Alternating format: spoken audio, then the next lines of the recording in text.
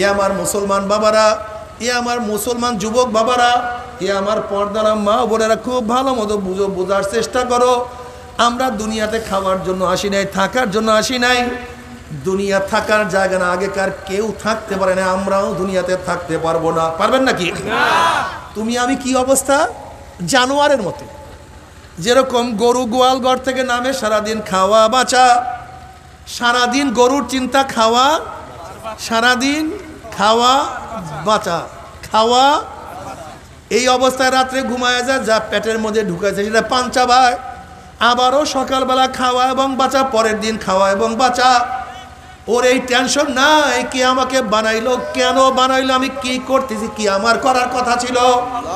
ঠিক আমাদের মধ্যে হাজারো মানুষ আছে, ঘুম থেকে ওঠার পরে রিক্সা নিয়ে নামে, ঠেলা গাড়ি নিয়ে নামে, কৃষক ব্যক্তি কাঁচি নিয়ে নামে, কেউ তো ব্যবসা, কেউ তো বাণিজ্য, কেউ তো দোকান, কেউ তো নৌকরির কাজে ব্যস্ত হইতে হইতে কারোর বয়স 40 হয়ে গেছে, কারোর বয়স 50, কেউ তো দাড়ি পাকিয়া সাদা বানাইয়া ফেলাইছে। ঘুম থেকে ওঠার পরে খাওয়া বাঁচা, খাওয়া বাঁচা। কিন্তু কি আমাকে বানাইলো, কেন বানাইলো, কি করা উচিত ছিল, আমি কি করছি। আজকে নামাজ পড়লাম কি বললাম না, আমি রোজা রাখলাম কি রাখলাম না।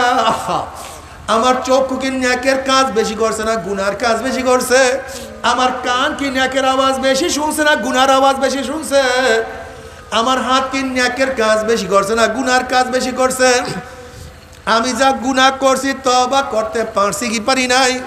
আবার তওবা যা করছি আমার মাওলায় মাফ করছি, এই কারণে খবরদার, হিসাব নিকাশ না মিলাইয়া কেউ মাওলার কবরে যাইও না। হে মুসলমান বাবারা, তোমাদের এলাকায় বহুত হিন্দু ভাইরা আছে, তোমার বন্ধুর নাম হরিচরণ, তুমি তার সাথে বসা, ওদিকে মাগরিবের নামাজ হয়ে আজান হয়ে গেছে, হরিচরণ বেচারা নামাজে যায় নাই, তুমিও নামাজে যাও নাই। হরিচরণ বেচারা দাড়ি কাটে, তুমিও দাড়ি কাটো।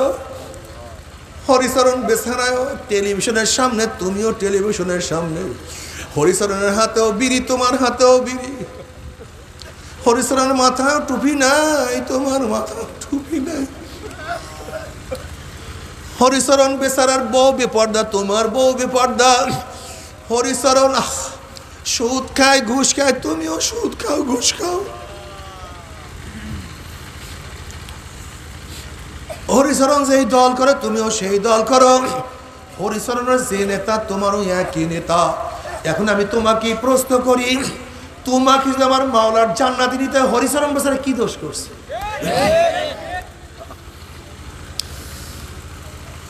তোমাকে তোমার মাওলার জান্নাতি নিতে হয়, কি দোষ হরিচরণ বেচারাই করছে? তুমিও খাতায় লেখো নাই, আব্দুল্লাহ খাতায় লেখে নাই। তোমাকে কেন পাশ করাতে হবে? যদি তোমাকে পাশ করাইতে হয়, আব্দুল্লাহ কি ক্ষতি করছে? হে যুবক বাবারে, আল্লাহ পাক কালামে পাকের মধ্যে ফরমান, ইয়া আইয়ুহাল্লাযীনা আমানু দুখুলু ফিস-সিলমি কাফা, হে ঈমানদারেরা, ইসলামের মধ্যে পরিপূর্ণ প্রবেশ করো। তোমার মাথার মধ্যে ইসলাম থাকা যায়, তোমার চেহারার মধ্যে ইসলাম থাকা যায়, তোমার পোশাকের মধ্যে ইসলাম থাকা চাই, তোমার মেয়ের মধ্যে ইসলাম থাকা যায়, তোমার ছেলের মধ্যে ইসলাম থাকা চাই। আল্লাহ তুমি মাফ করিয়া দাও। তোমার ব্যবসার মধ্যে ইসলাম থাকা চাই, তোমার দলের মধ্যে, তোমার নেতার মধ্যে, তোমার কাজের মধ্যে, তোমার কথার মধ্যে, তোমার আচরণের মধ্যে, তোমার ঘুমের মধ্যে ইসলাম থাকা চাই। আল্লাহ পাক কালামে পাকের মধ্যে ফরমান, ওয়ালা তামুতুন্না ইল্লা ওয়া আনতুম মুসলিমুন। খবরদার, খবরদার, খবরদার, মুসলমান না হইয়া কেউ মরবি না। ওয়ালা তামুতুন্না ইল্লা ওয়া আনতুম মুসলিমুন। খবরদার, মুসলমান না হইয়া কেউ মরবি না। আল্লাহ না করুক, আল্লাহ না করুক, মুসলমান না হইয়া কেউ যদি মাওলার কবরে যাও, ওই কবর তো আর কবর থাকবে না। জনাবে মুহাম্মদ রাসূলুল্লাহ সাল্লাল্লাহু আলাইহি ওয়াসাল্লাম রওজার সাথে সুরাক হয়ে যাবে, রাস্তা হয়ে যাবে। ফেরেশতারা প্রশ্ন করবে, মান হাজার রাজুল, চেন ওই ব্যক্তিকে? আল্লাহ পাকের হাজারো যুবক আছে যারা আমার নবীকে দেখিয়াই চিনিয়া ফেলাইবে। নবীর মাথার মধ্যে টুপি, তার মাথার মধ্যে টুপি, নবীর চেহারায় দাড়ি, তার চেহারায় দাড়ি, নবীর পোশাকের সাথে তার পোশাকের মিল, নবীর নীতি আদর্শের সাথে তার নীতি আদর্শের মিল, নবীর দলের সাথে তার দলের মিল, নবীর সাথে সব মিল।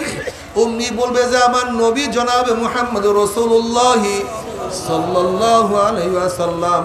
আমার মাওলার ডাক দিয়ে সাদাকা আব্দি, আমার বান্দা সত্য কথা বলছে।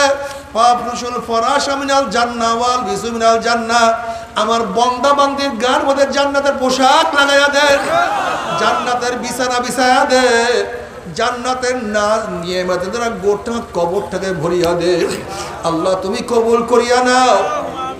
কিন্তু যখনই নাফরমান বদমাশ বেঈমানকে প্রশ্ন করবে মান হাজার রজুল, চেন ওই ব্যক্তিকে, তখন নাফরমান দেখবেন নবীর মাথার সাথে নাফরমানের মাথার কোনো মিল নাই, নাফরমানের চেহারার সাথে নবীর চেহারার মিল নাই, নাফরমানের আদর্শ নীতির সাথে নবী এবং নবীর আদর্শ নীতির কোনো মিল নাই, ওর দলের সাথে মিল নাই, ওর কাজের সাথে মিল নাই, ওর আকীদার সাথে মিল নাই।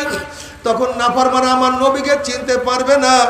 নাফরমান বলবে হ্যাঁ হ্যাঁ লাদ্রি, হ্যাঁ হ্যাঁ লাদ্রি, আমি ওনাকে চিনি না, ওনার সাথে আমার কোনো সম্পর্ক নাই, কোনো মুহাব্বত নাই, কোনো পরিচয় নাই। অমনি আমার মাওলা বলবে কাযাবা আদুল্লাহ, আমার দুশমন মিথ্যা কথা বলছে, এ কবরের মাটির চাপ দে। অমনি কবরের দুই পাশের মাটি এত জোরে চাপ মারবে, দুই পাশের কবরের মাটি এত জোরে চাপ মারবে, চাপের জোরে এক পাথরের হাঁটি আর এক পাথর লাগাইয়া ফেলে।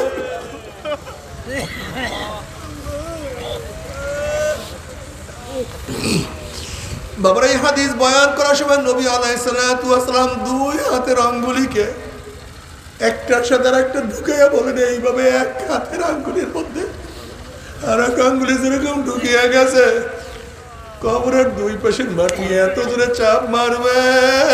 আল্লাহ,